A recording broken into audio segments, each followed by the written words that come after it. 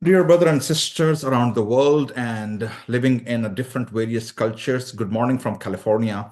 And here I am with my very good friend, and it is indeed my pleasure and a privilege that he is with us this morning talking about the music and world cultures. I will invite him to introduce himself and share his wisdom and experience in this field. But before that, because I am from Pakistan, and Indian subcontinent is known for their soundscape, their spirituality, their meditation and music. And there are various kind of definitions about what is music looks like. Although in every culture it could be a different understanding, but when we are talking about in general what is music, if I take a ethnomusicological lens to define what is music, as it has been taught and written, music is humanly organized sound, which is the ethnomusicological approach. However, in India, and especially in our Indian subcontinent with the raga music and all this traditional music, I have heard one of the senior musician, he says, tying a knot in an ear. So when you have a air around you and you want to tie a knot through the air, which you cannot catch. So this is kind of a music.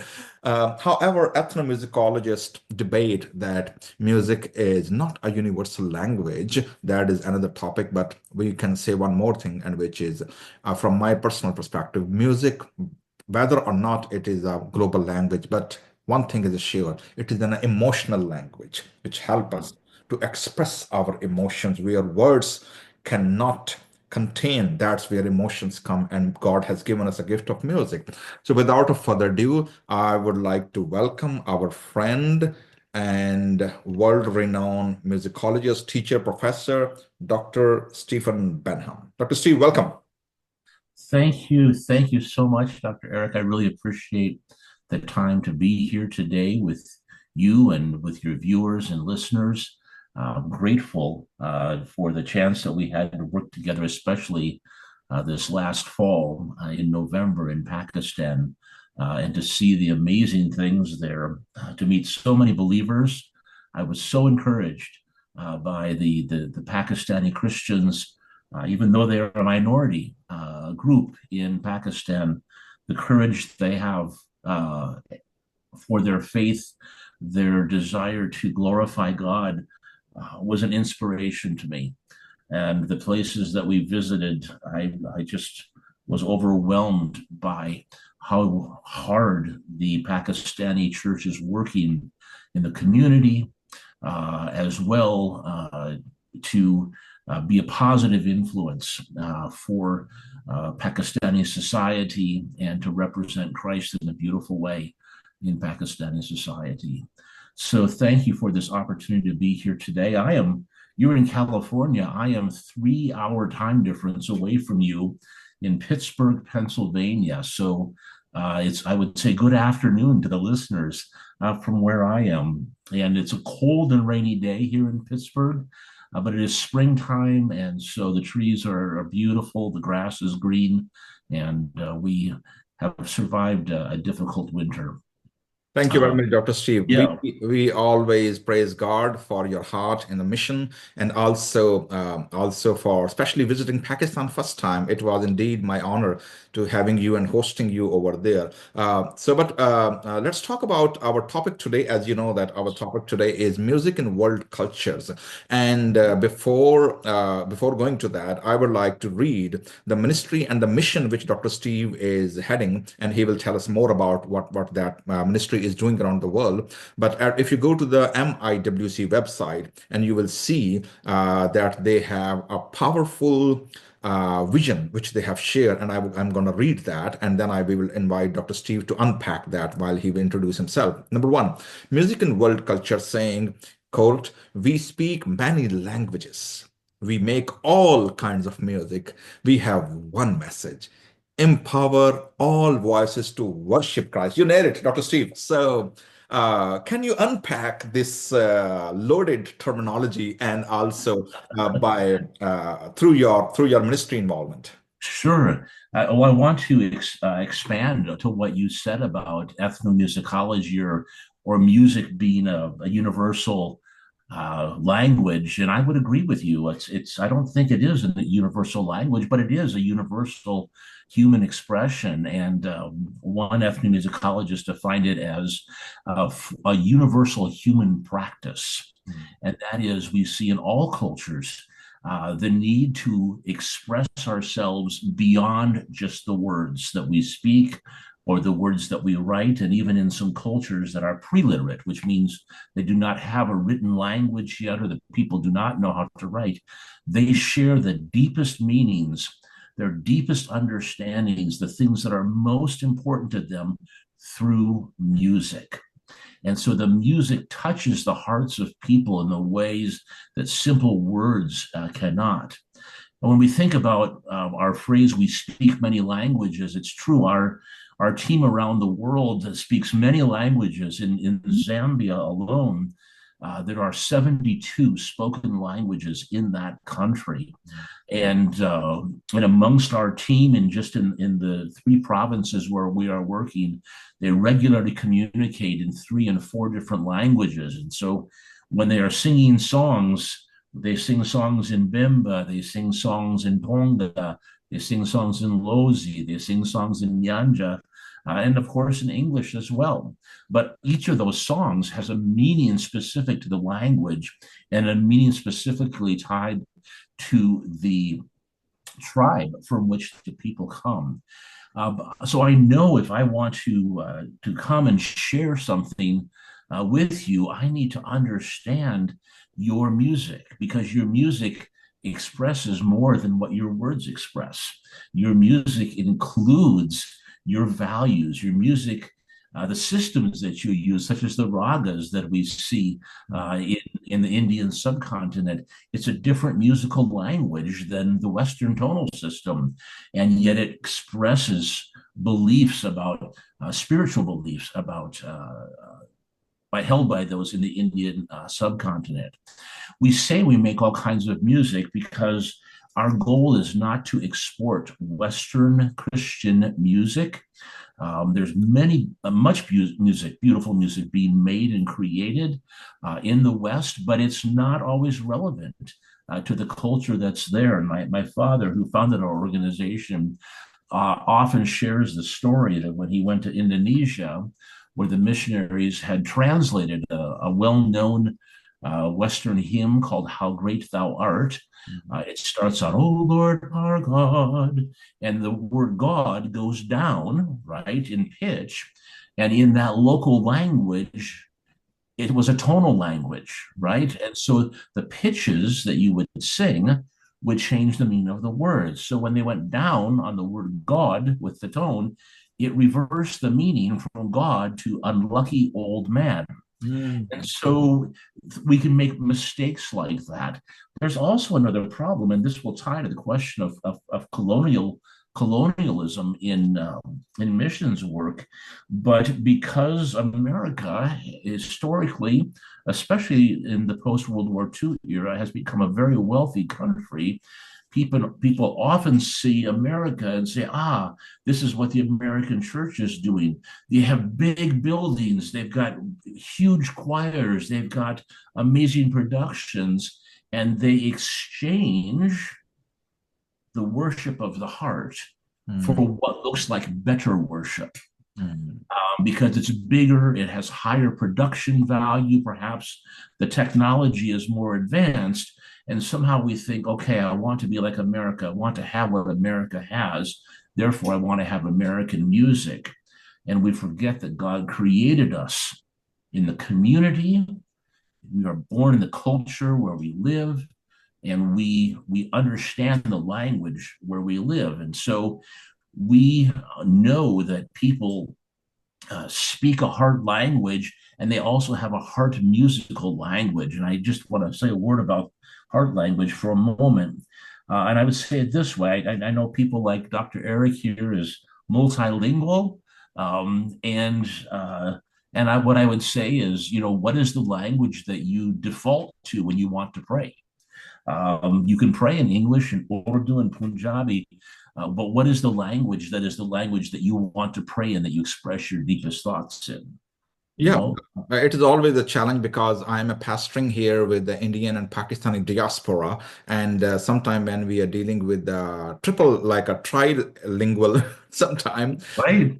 but also whenever there is a opportunity, because we have a children who raised here in the USA and they are more prone to English speaking or English reading and reciting, and my generation and the other people, those who are first generation migrant, I always prefer reading or praying in Urdu, not even Punjabi, although I'm a Punjabi because I grown up in Karachi city. So that's why Urdu is my primary medium of communication within my Yes. local context. And yet we use English when we are with the children of the diaspora because we want to empower their voices Yeah. to praise Christ, right? And so I see that with many diaspora churches. We work in Ukraine, and I see it this way that in Ukraine, because of Russia's invasion, many people who were native Russian speakers, they were Ukrainian people, but Russian speaking Ukrainians, they begin to speak Ukrainian, and many of them speak it very, very well. And yet, when they are in emotional pain or when they're praying, they go back to the Russian language because that's the one that they can speak from the heart. And so, the music that we hear in our childhood, the music that we hear and experience, especially in times of stress, in times of trauma, that music embeds itself in our brain. And there's actually an interesting neurological process that happens when we hear music, we associate that music with context. So, where did that happen? We associate music with a specific time, and our brain emits a hormone called dopamine. It's a neurotransmitter, and that dopamine strengthens the insulation around the neuron where the memory is contained. And so it's not like unlike this. If you walk home and you say, someone's cooking something, right? And it brings you back to like my mother used to make that, or oh, I heard that song. It takes me back to my childhood. Mm. That is how God created us, that when we would hear music, we would hide it in our hearts and in our minds. And the more that we listen to it, the stronger those neural connections become, the neural pathways become. And so music is stronger than the spoken word.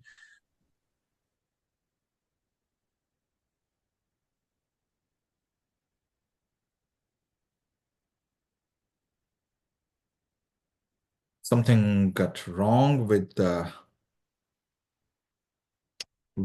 Our communication. brain is entirely nonverbal, right? So the emotions are not connected to the verbal part of our brain. But when we sing, we are activating both the limbic system, our emotional system, and the cognitive system that exists in the outer cortex of the brain, the outside part of the brain. So it's an amazing thing. That's why music, we remember songs more easily than we remember poems.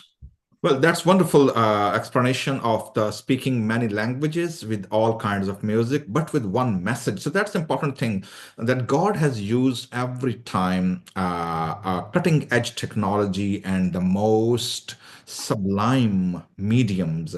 And we have seen through the biblical narrative. And even today in oral culture, like Indian Pakistani culture, we know that sometimes rather than reading or reciting, we sing even our creeds. We don't Yes, read creeds. We sing creeds, and sure. and that's really interesting. Like understanding of when in Pakistan and Indian subcontinent, when they were under British colonial and the Presbyterians came, and when they realized the power of the sung spirituality in that Yes. cultural context, so they tried to translate Punjabi psalms into local raga. That's an interesting point because what was their motto? The motto was not like a music as a primary target. The music become secondary, but as a medium for the word Yes.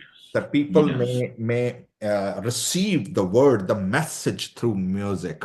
So, Yes. Dr. Steve, when your ministry is talking about empower all voices to worship Christ. And that is where our doxology and doxological understanding enter in a in a special ethnic context. How you balance that in a different cultural context, and what role music is playing helping people to worshiping Christ through your teaching and through global ministry. Music is used in so many different ways in so many different cultures. Let me give you some examples. Music in some cultures has a significant part in the grieving process, right? In some cultures, the grieving time for a widow or a widower is at least a year for people. And music can become part of mourning, of lamentation, and it is common in non-Western cultures to have great lament. And you think about even the Psalms of David, they're filled with many laments. And we have an entire book of the Bible called Lamentations, where we pour out our heart to God. And yet, in the American church, we don't see lament being part of our practice. It's like we want to avoid the pain and suffering somehow. And so understanding that this culture needs to sing to be able to express its grief, it's very important. And I think we miss it in Western culture when we don't allow ourselves to grieve through song, right? When we allow ourselves to express our pain and suffering.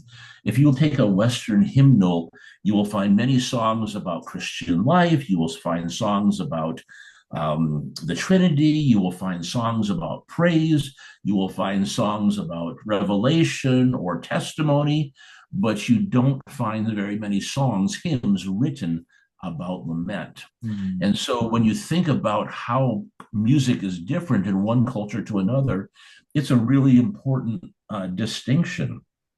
My father also tells the story, and I don't remember who originated the story. It wasn't my father's experience. He heard it from another person, but a missionary in Africa who had gone to visit an African church, where there were Western missionaries living in the community.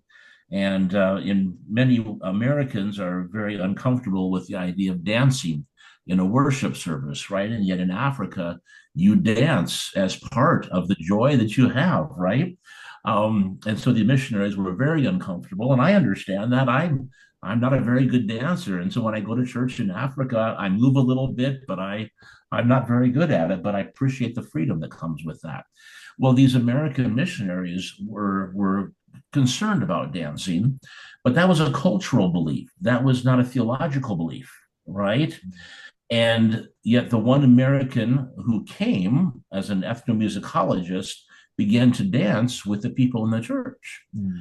And the local African, and I don't want to share the country, but the local Africans said, finally, there is an American who is dancing with us. Mm. And it turns out that the belief system in that church is that those who do not dance are acknowledging that they are living in sin. Mm. And so the missionaries, by not dancing, were communicating an incorrect theological and cultural understanding. In fact, they were contradicting the actual message of gospel truth that they were trying to bring. Mm. So when we say we want to empower voices, when I go to Africa, I'm obviously, if you're watching, I'm a white man, right? And I have Western European heritage from the British Isles and from Sweden and from Poland. And when I go there in Africa, many countries, you'll hear me say, Mzungu, Mzungu. What does that mean? It means the white man. The white man's here, right? And there is immediately a deference to the white man. Mm. Because the white man has food to eat, the white man is wealthier, and it is something that goes back hundreds of years to colonialism and to the belief that the black man is somehow inferior to the white man. And in fact, in some places, I have observed this myself. I observed it in Kenya last year. I heard very dark dark Kenyan men teasing another Kenyan who was a little bit lighter skinned, but still very dark, calling him a white man, Yeah, okay. right? And so the idea of that being white is somehow better than being black is still embedded in the Mm, consciousness. And if I come in as a Mzungu, it changes everything. mm, So they will want to wear the clothes that I wear. They will want to have the technology that I have. They want to have a car. They want to have the things that come with being in a more affluent society. And they will begin to believe that their form of worship, their belief system is inferior to Western forms of worship, mm, rather than the Westerner coming in and saying, let's validate what you are doing. Jesus created you to speak Punjabi or to speak Urdu. He created all languages. God created people, He created them differently. And I don't want to impose my belief system on you, especially because your belief system may tell me or relate to me something that I have not understood before, or mm, may have changed my beliefs, and it helps me understand. Okay, is that a cultural belief, or is that a theological belief? So, music and world cultures is trying to understand the universal truths of the Bible, mm. but as they occur in different cultural contexts. And that's a really, really big deal. I'll give you one more example about this, right? So, in Zambia, where we work, I mentioned they have 72 tribes and 72 languages. Mm, And the tribe of the family is determined by the father's line. mm, And so, if a woman is from the Bemba tribe and the father is from the Tonga tribe, the children are from the Tonga tribe. mm, They would not say that they're half Tonga and half Bimba. So if in America, I would say, okay, I'm half British and half Irish. They would not say that. They would say, okay, I'm Tonga. mm. Even though my wife's grandparents are Bimba, we're Tonga. So the determination of what language you speak at home says who is dominant in that, rather Mm. than giving honor to both languages. And so if you come into a Tonga area and you only sing Bemba songs, you are saying that the Tonga way is not valuable, that the Bemba way is better. And I've observed this in Kenya as well, where there are some tribes that are given a higher value than other tribes. And therefore, to speak in that language or sing in that language is a real difficulty. And I've watched people who had a song for the first time in their heart language cry Mm. because they did not know that it was okay for them to worship God in their own tongue. They thought they had to do it in the tongue of the dominant tribe, or they had to do it in the tongue of the white man. Well, that's So, interesting. Yeah, yeah, thank you very much for sharing. I still recall before COVID, through I was a Fuller, I was in a PhD program under Dr. Roberta King, and we have yes, GCAM. We have a GCAM in Kenya. And that was my first ever trip to any African country as a teaching assistant for the course with my professor. And that's through GCAM. I saw every evening we have different denominational, different yes, choirs and different like worship leaders. But one thing was common, whether they are Catholic, Anglicans, Baptist, Pentecostal, wherever they are, nobody stand firm and just singing. No, no, everybody was just moving and swinging, yes. moving and that. And that's where I learned this phrase, which you just mentioned, only sin can keep you dancing in the presence of the Lord. The Wow. African proverb. Yes, So yes. only sin can keep you dancing in the presence of the Lord. I said, wow, that is mind blowing. Because Right. the reason why I see that, because in Indian the term for music, it's not only like an instrument or some kind of a melodic structure. It is they called sangeet. Now, Mm-hmm. Geet word is a compound word. Sung means accompanied, and Geet means a song. So, what is accompanied with a song? Accompanied with a song, three things: voice, instrument, Yes. and dance. Wow, So that is called that's the complete picture. Sangeet in Indian musicology.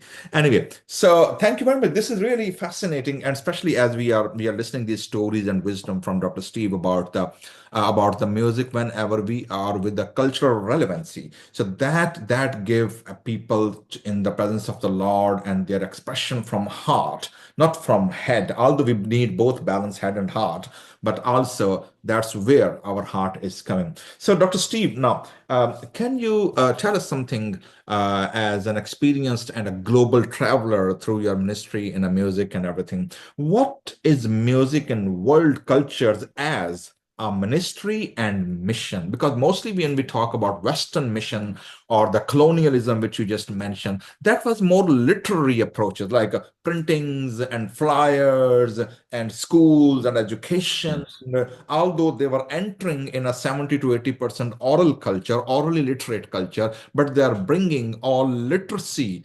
to teach and to educate and to communicate. What do you think? What were the missing and how does that gap is filled with the music?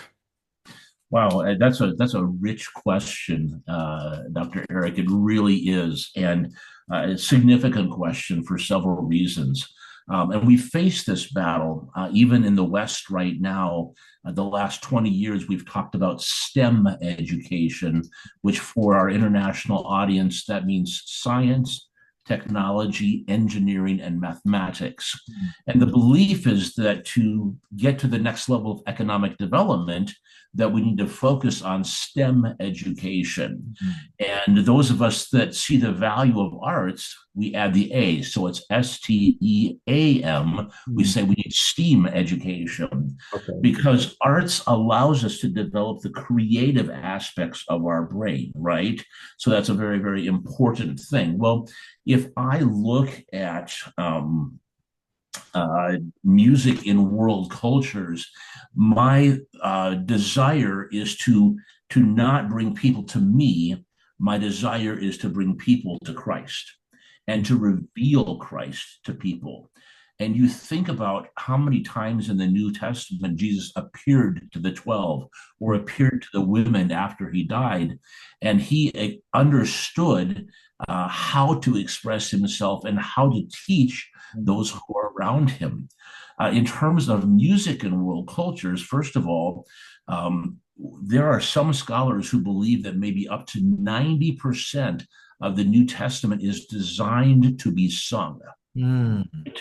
And so, and even the Bible will say, and when they had sung a hymn, they went out, right? After they had their time together.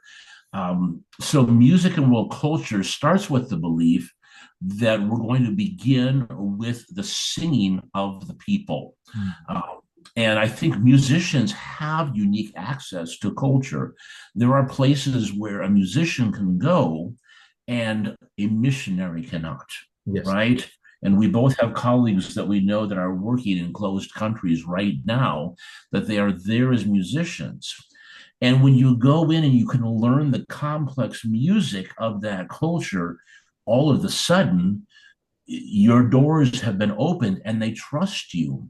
When Mm. you go in, if you imagine if you go into somebody's house and you are a guest and you insult what the host has done in the house, and you insult the food and Mm. you insult the music that's in the background and the decorations, you have not opened the doors for ministry. You have shut the doors for ministry. Mm.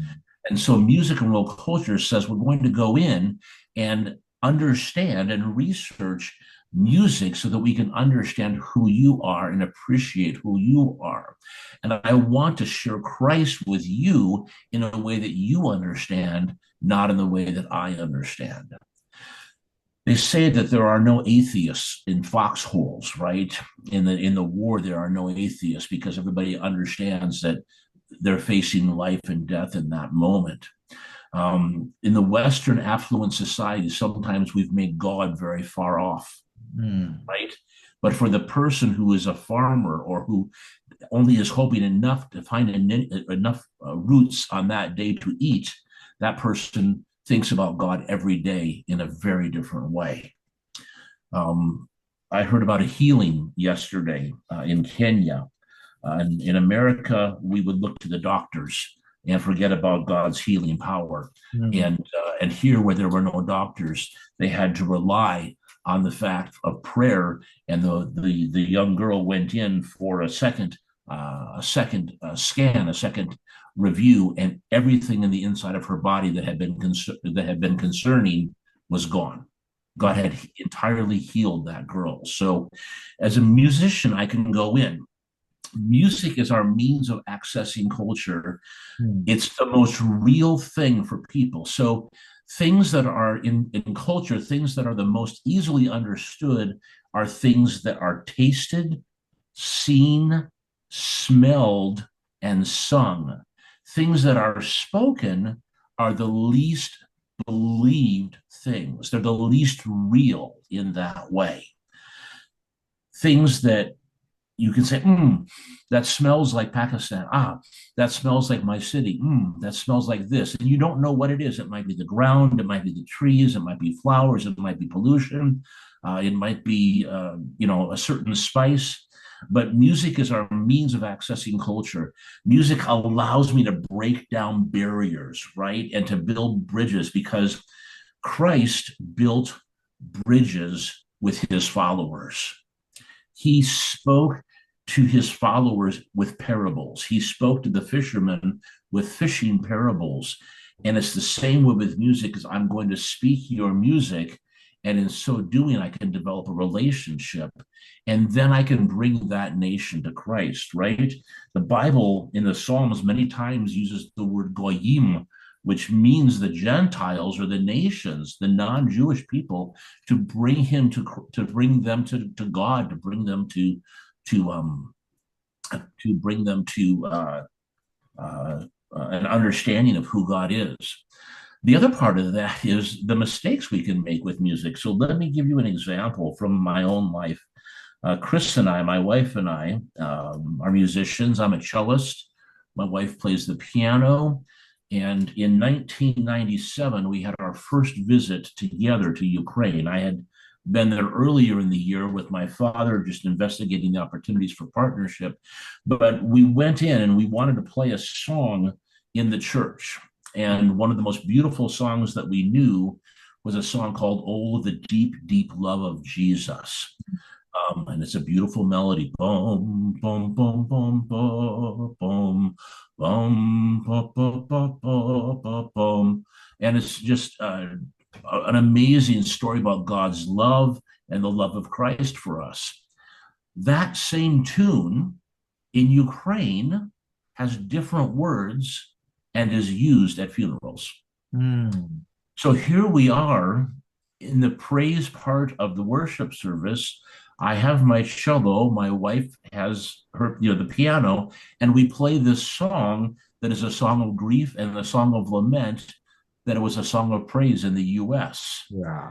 You talk about the conflict there, right? So we communicated without words something that had meaning in Ukrainian culture, and it was the wrong meaning. So Mm. I need to understand the music and how it is used in that same culture. Another example of this would be, in some cultures, they have a preference for minor tonality, minor keys. In America, many of our songs are in major keys, right? Yeah. And this stems out of the European belief that was brought forth in the 1800s, that major music is happy music and minor music is sad music. And they would look at keys and say D major is a key of victory. And that's why Beethoven wrote that Ninth Symphony in D major and D minor. Well, in other cultures, and especially in Eastern cultures and Middle Eastern cultures, minor keys are the songs that are serious and can be very joyful, whereas major keys can be songs that are frivolous and not serious. So why would you sing a party song in a party key on a worship service? Mm. Um, And this brings about another story about an American praise team that went to Ukraine in the early days after communism, right? And in the churches at that point, they were barely surviving. Their songs were mournful. They had experienced persecution and repression. The American praise team came in with the guitars, right? And let's all clap our hands and worship here. And these Ukrainian grandmothers who had survived communism and the Nazi Germany invasion were looking like, we don't clap in church, right? We don't clap in church. And the Americans criticized, wait, do you not understand the joy of the Lord? Do you not understand that God has forgiven you? You're not worshiping correctly. And the Ukrainian grandmother's response was, do you not know that he is Almighty God? Do you not know that we should be on our knees in reverence before God? Do you not know that God is a God of deep joy? Why are you singing your songs so casually? Mm. And so, and of course, even in 30 years, that has changed in Ukraine, right? So the globalization of music through the internet, and churches like Hillsong, for example, Bethel Church, and others, people look at that, and that has become the new trend in what they call modern churches. It's basically modern worship. I would even say in America, we're not monocultural, right? In some churches, they have two different services so that they can allow people to worship in the way that is most understanding to them. And that comes with it some dangers, right? You divide the church rather than allowing the church to evolve and to grow. Well, this is fascinating, and especially when you were talking about the understanding of a cross-culture understanding of major and minor keys. And it's interesting, the majority of the which we called full octave, because in Indian musicology we have a five-note raga, we have six-note raga, and we have Yes. seven-note raga. So pentatonic, hexatonic, and all these octave. The interesting part is majority of the Indian music ragas, which are octave or full eight notes, seven notes range, they have a first half is major or minor, and the other half is major or minor. So Wow. yeah, so in our musicology, I would give some name like if I give a name of early morning raga, which is raga Bhairav, which is a full seven note. And it has first half major and minor both together. And then there are Purya Dhanasri is another thought and the raga family. So there are various families. They don't only have a major or minor, but it's a half major and half minor notes, and that make the Wow. whole raga. So sometime when my counterparts or my ethnomusicologist friends ask me why this music has all these together, why they are intertwined, Right. and my answer to that, because life is not always major and not always minor. Amen. So Amen. life is always a mix of major and minor Yes. notes. So that's why our music is so emotionally expressive that it Yes. contain even a one scale contain both Oh, first four notes minor or first or the last four notes major. So that's a combination and a beautification of the life. Anyway, so thank you for all these sharing your experiences. So my question is, because we are talking about cross culture and engagements and cultural relevancy, and that brings us to our theological education, because yes. primarily, mostly theological education, since under the British colonial in Pakistan Indian context or the other parts of the world, they are highly influenced by the colonial curricula, which was designed, which was prepared, equipped by the theologies which came from the West. Yes. So how can we decolonize our theological curricula with the framework of a music and ethnodoxological perspective? What is your take into that?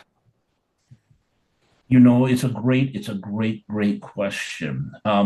I would say that decolonization first must begin with the view of the outsider. In this case, let's use me, stripping away as many assumptions as possible about that culture before you go visit it.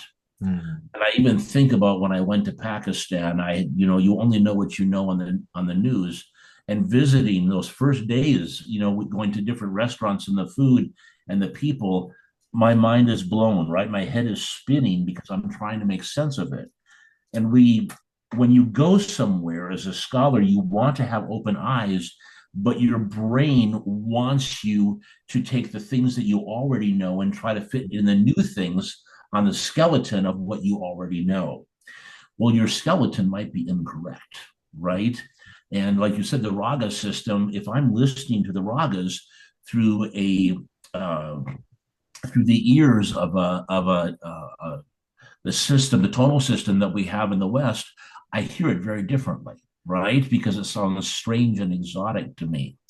Well, to decolonize music, I have to be willing myself to believe that my system of music making is not the only system of music making. Mm. And so Paul said this, that he was a Roman to the Romans and a Greek to the Greeks, right?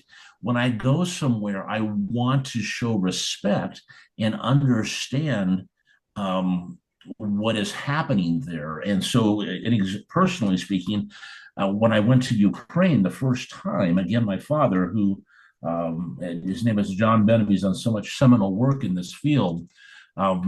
He said, that Ukraine is the official language. Ukrainian is the official language of Ukraine.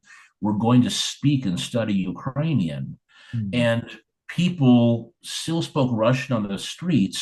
It was a form of convenience, but when I spoke Ukrainian to them, it's no joke that it changed things. And even now, as I speak the Ukrainian language and I go to Ukraine, people's jaws drop even Mm. after 28 years of ministry there. So I have been coming into the country. I'm talking to the customs official at the border.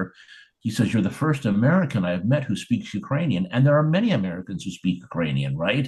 But not at that time. It was rare at that time. He said, "Please go through. You are always welcome to come back."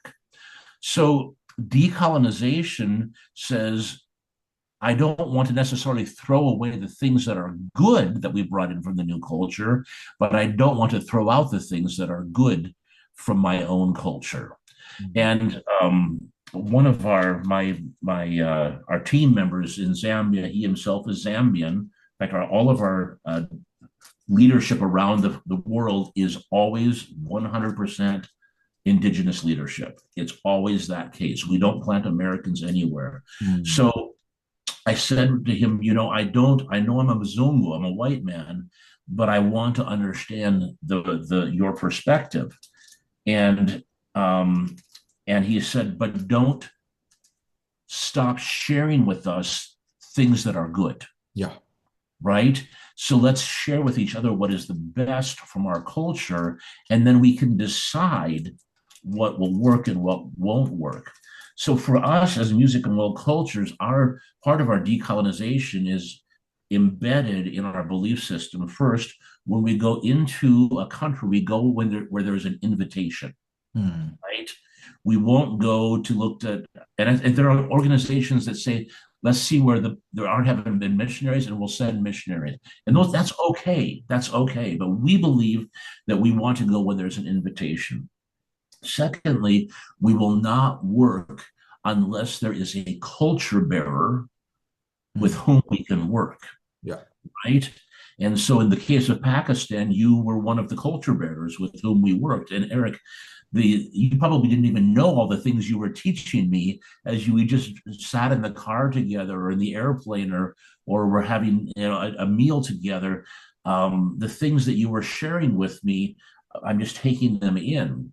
Our organizations have local boards of trustees who are all 100% from that country. We have affiliate relationships with them or memos of understanding, and they receive perhaps the majority of their support from our organization. But the decisions and the budget priorities, the decisions about music making are made at that local level. Mm. One of the things that astounded me in going to Zambia was hearing the choirs and the orchestras play Handel's Messiah, Mendelssohn's Elijah. And I'm thinking, what, in Africa? And mm, it turns out that there are many African orchestral musicians and singers who love the European classical music. But when I suggested to them it's okay to add your traditional music mm, to a concert, it's like almost like they needed to ask permission to do that. mm, And so sometimes it's a matter of me as the outsider showing value on the things that are local when sometimes those people are embarrassed to show those things. yeah, yeah. They're afraid to share those things. And so to decolonize that, I have to find out where the colonization has happened. Not don't take away the things that they value, that are valuable in that society, but be sure to give value to the things that were already there and allow those things to continue. It's hard because at one time I'm like, let's just go native, as they call it in ethnomusicology. No, no. And I had other people saying, Steve, these are people from those countries. All countries evolve, all cultures evolve, but let us make the decision Mm, about how to evolve as a culture. Don't make that decision for us. mm, And so I think decolonization says you will be involved in decision making.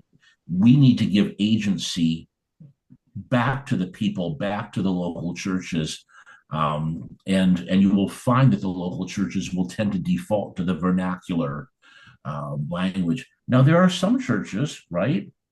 Again, in Ukraine, which is the country we've been serving in for 28 years and have visited most frequently, been there over 60 times.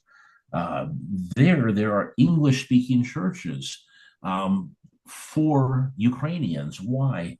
Maybe this is part of the intelligentsia. mm, Maybe these are people from the government who would prefer not to be in the spotlight if they were to go to a local church. Maybe it's an international church.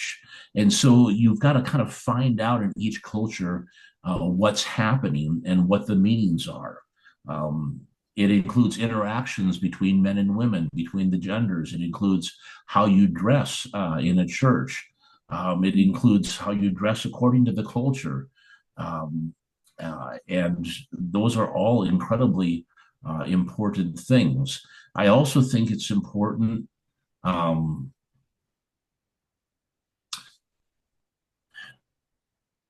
I think it's important. As we say the word decolonization, it's kind of a cool academic word, Eric, right? That we like. Um, and I know that there is even discussion amongst people in the ethno world about to what extent do we decolonize music. In our attempt to decolonize music, are we actually taking decisions away from people, mm, right? Um, so I think about, for example, our good friend uh, serving in Jamaica, Joanne Richards, there with her husband Marcel and their ministry Crew 44. So much of their ministry focuses on the patois language, which mm, is spoken by 90% of the country, right? So it's a mixture of English, some West African dialects, some Spanish, and some of the indigenous languages from Jamaica. And it is a language that is the heart language of most people.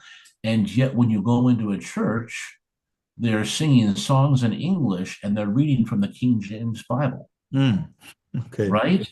Because that's what the Europeans did. Mm, And Joanne, even talking with other Jamaicans, she fights a battle of saying English doesn't make us better, right?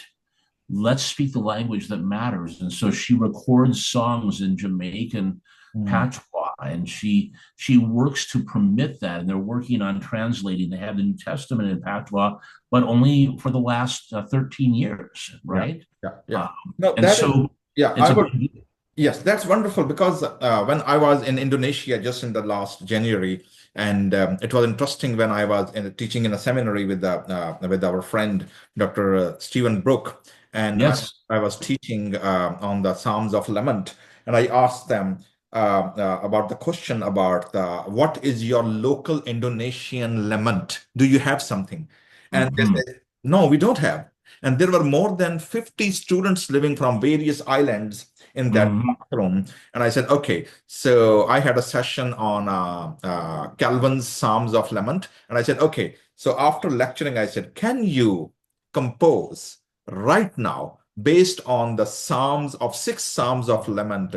Write and compose, and can you present? Wow.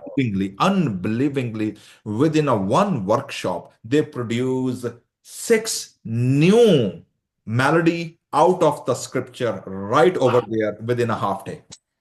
And that Wow. blew my mind. That's what you are saying, actually, the Yes. collaboration, the encouragement, and giving them space to taking a decision, but with the help and support and the guided sessions where they can create what their own heart, what their own language, and what they Yes. want to share something. That's fascinating, Dr. Steve. I know we can talk on these topics on for hours, I know. But anyway, on our closing remarks, so we would say that it is a two-way. It is always a two-way give It and is. take. And I can give one more example. I was sitting in one of the missions committee while PCUSA, they ended their World Mission Office, and now they are emerging something new, World Ecumenical. And we were in a one presbyteries meeting, and I was talking about what is the future of the missions. And one committee member was telling about something new which is coming, but they were asking, okay, why we are going to some country, what you were just saying, that why we are going and telling them what to do, and pouring our resources, our wisdom, and our finance, what we are getting back. So that is the question now. Now the missionaries and the future of mission in the Western context, they are asking, we are going and helping and doing things for a century. Now, because we have a diaspora in our own neighborhood, in our own backyard, mission is not now outside. America is a mission field now. Western world is a mission Yes, it is. now. It is. So what kind of things they are bringing to us now? So, in that perspective and backdrop, what do you think? What should you say, having a vast experience in cross cultures through music and everything? What would you say to the future generations of missionaries, or the musical missionaries, or the local missionaries? What role music can play in the future of world mission? What a great question, Eric, and one without a short answer, but I will do my best. I want to just respond to what you said about America being a mission field, and I'm going to just 100% agree with you on that. And I think there are so many strong Bible believing, authentic Christians in America, but our church has become susceptible to political movements that mix nationalism, Mm, patriotism with theology. And mm, that's a form of syncretism. And Paul even talked about syncretism in his writings, right? We have to be careful of that. And so how do we use music in that way? Our music must communicate biblical truth. mm, It has to communicate good theology.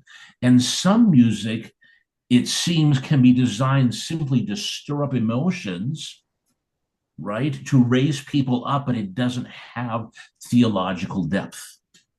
And we need to make sure that the songs that we do are done intentionally so that we don't end up repeating or become the church that the prophet Amos describes in the 5th chapter of his book, where God ends up saying, I hate your religious festivals. I hate your new moon festivals, your worship. I hate your worship. I hate your singing. mm, I want to be aware of that, that we need to continue as an American church to focus on good theology and not just performative Christianity or performative religion. We need to encounter God. We need to have deep relationships with Christ, and our worship, our music should move us to share the gospel message and to meet the needs in the community where we are. So I'll start with that. Now, to kind of to move to a closing statement, the role of music in this global culture. One is understanding that an increasing number of people in our world are multilingual and multicultural themselves, right? So we talk about bilingual people, trilingual people. I would say that they're also bicultural or tricultural. And you, Eric, are an example of that. When you are in the US, you live one way. When you are in Pakistan, you need to be a different way. You learn how to live in different cultures. We need to continue to facilitate the development of songs that are understandable in the language of the people of that time. We need to connect and focus the mind and the heart together in worship, right? Those two things are important. The Bible says, worship the Lord your God with all of your heart, all of your soul, all of your strength, and all of your mind, right? It's extremely important. We need to build community in our churches, not create separate communities in our churches.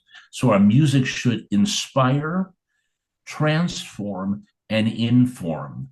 I believe that the music, when it reflects the beauty of who God is, can transform people and therefore transform society. Our leadership conference in Kenya at the beginning of July is not a worship conference about music. It is a worship conference about developing leaders and making disciples. We also need to understand that music is a means for survival for people who live under persecution. You and I are speaking right now as believers who live in a country where we currently have religious freedom, and yet the vast majority of Christians around the world experience significant persecution. And so music is a means for survival. What did Paul and Silas do in prison? They sang, right? We need to emphasize music education programs for our children that teach them songs that communicate truth. Do you know that a person who has Alzheimer's disease still remembers songs? Alzheimer's does not affect the part of the brain that relates to music. Yeah. And sometimes people who have dementia, as they get older, they'll sing those songs from when they were young. Music can be and is effectively a means of social criticism, of social commentary, of civil disobedience, of defiance. And we need to understand and be careful when we use our music how we are using our music. When we praise God publicly, that may cost us something, right? It may cost us something to say, I'm going to praise God, and yet it may also bring somebody to Christ in that way. So it's a challenging thing. I believe right now that music and missions, we have a unique opportunity to contribute to strategy for church planting, to strategy for discipleship, to strategy for evangelism. I think that there is a well-intended but misunderstood phrase that says music prepares the people for the preaching. I don't see that as biblical. I see that music is preaching. I see that music is teaching and music is discipleship. And so it's if we say that music is simply preparing people to receive the teaching, then somehow we may be believing that music is a form of emotional manipulation. And I think we have to be aware of that. Yes, God gave us emotions. We are to sing for joy. We are to shout for joy to the Lord. But we also, as Paul said in 1 Corinthians 13 and 14, our worship should be with order. our worship should not be confusing to the outsider, so that if a non-believer comes into church, and he was speaking about tongues in this case, but I believe that music has a relationship to this. If our music is confusing to people, we will not be correctly teaching and admonishing one another with psalms, hymns, and spiritual songs. Oh, So, this is yeah. wonderful and fascinating, especially the statement which you just gave that music is not something ornamentation or something which is a piece, icing on the cake. Music is itself a preaching. It's not prepare, but it is engaging people, hearts, mind, and soul. Well, with this note, on a concluding note, Dr. Steve Benham, thank you very much for your wisdom, insight, and your conversation with us. As we have talked about and regarding the music in a missions, the future, but also music in a theological education, and that is very important. That remind me a song of Moses, which is mentioned in the book of Revelation. So, what is Song of Moses? If you go to Deuteronomy chapter 32, 33, you see that the children of Israel who born in the wilderness, when God told Moses that teach them the Torah, and then he said, okay, what would be the medium? And God and Moses said, okay, write down a song. And you can understand. Yes, he did. Yes. So Moses write a song to teach Torah. So that's fascinating. Wow. And I don't know what melodic structure in the wilderness, Palestinian, what kind of music culture of the music melodic he used. But one thing is sure, he write a song and teach Yeah. as a Torah education. So that is the Yeah. one important thing that we need to understand that music matter. So music education matter. So another thing which we could use, like I would take example, while last week when India and Pakistan was in a critical situation and they were in a war conflict, while right here I was sitting with Punjabi Sikhs from India in a studio and we were writing and producing a song. So music, a Wow. tool, a bridge as a peacemaking. Otherwise, I would not say that I didn't have any opportunity to sit with my Indian brother and sisters. Even they were not Christians, they were Sikh, but music become our common ground. Music become our peace, and we were creating something new for God's kingdom. So I would say that we would close this conversation with this challenge: disturb us, Lord, with Mm. prayer. Disturb us, Lord. Disturb our boxes. Disturb our pre conceived ideas about the nations and the cultures and the people around the world, and help us that we may create something more meaningful. So, Dr. Steve, thank you very much for your time. And one more thing, which before I forgot, Dr. Steve, as he mentioned, he was in Pakistan this last fall, and we are praying and hoping that he will be with us again near future, because India was the first ever mission field in the modern mission field, and Indian music was the first who ever collaborated with the Western music. Beatles first time visit out of Western world, India and the Pakistan, and all these sitar entered with the Western music and all these kind of things. We would like to have you again, Dr. Steve, and Dr. Steve Mm. will be also our guest speaker in our collaboration with a certificate on a worship leadership in England, which we are offering to the diaspora leaders, those who are church planters and pastors in London or in the Western Europe. You are more than welcome to come. Dr. Steve, would you like to say something about your talk or your engagement with the diaspora leaders before our closing remarks? Diaspora leaders in the U.S. And or everywhere, especially from India everywhere? and Pakistan, Sure. why they need these kind of education and literacy on worship and music. Yeah, there uh, there are several factors that are important. The It's interesting. I'll give an example that's very present right now.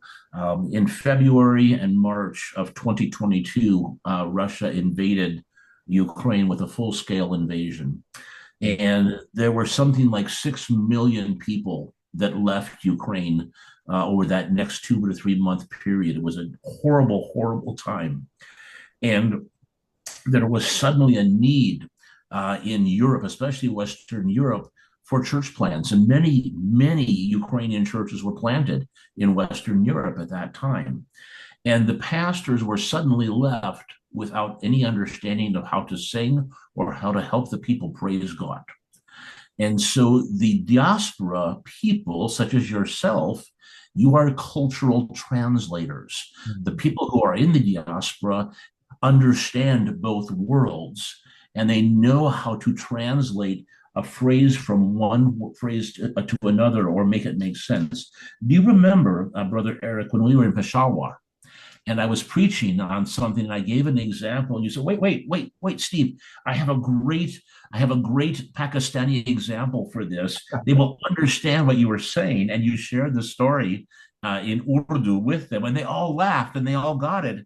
Yeah. I could not have done that, but you, as the translator, allowed that to happen. And so the that's really important. The second part is to be able to wisely and rightly divide the word of truth. And you do that by choosing songs that are meaningful Mm. as well and understandable to people on both sides.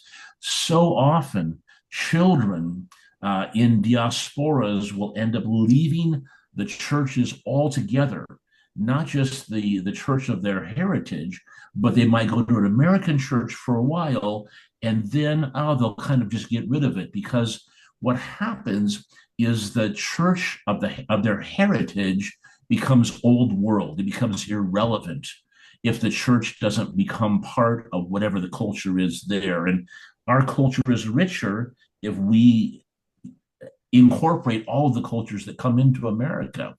But we don't want our children to simply associate our worship and our music with something that we escaped or that we left behind. That's incredibly important that way. Um, I also see churches where the families only want their children to marry people from the same tribe, right? Mm. So they come to America, all of a sudden their children have American friends, and they may want to marry an American, and it destroys the heart of the people from Pakistan or from Ukraine or from Poland. Wait, no, you need to marry one of our people, Yeah. and it's very, very difficult in that way. And so, I would encourage um, that the people, the pastors, especially in the diaspora, focus on sound biblical training and then begin to conduct your churches in a bilingual or trilingual manner so that you don't lose the children and become irrelevant in that way.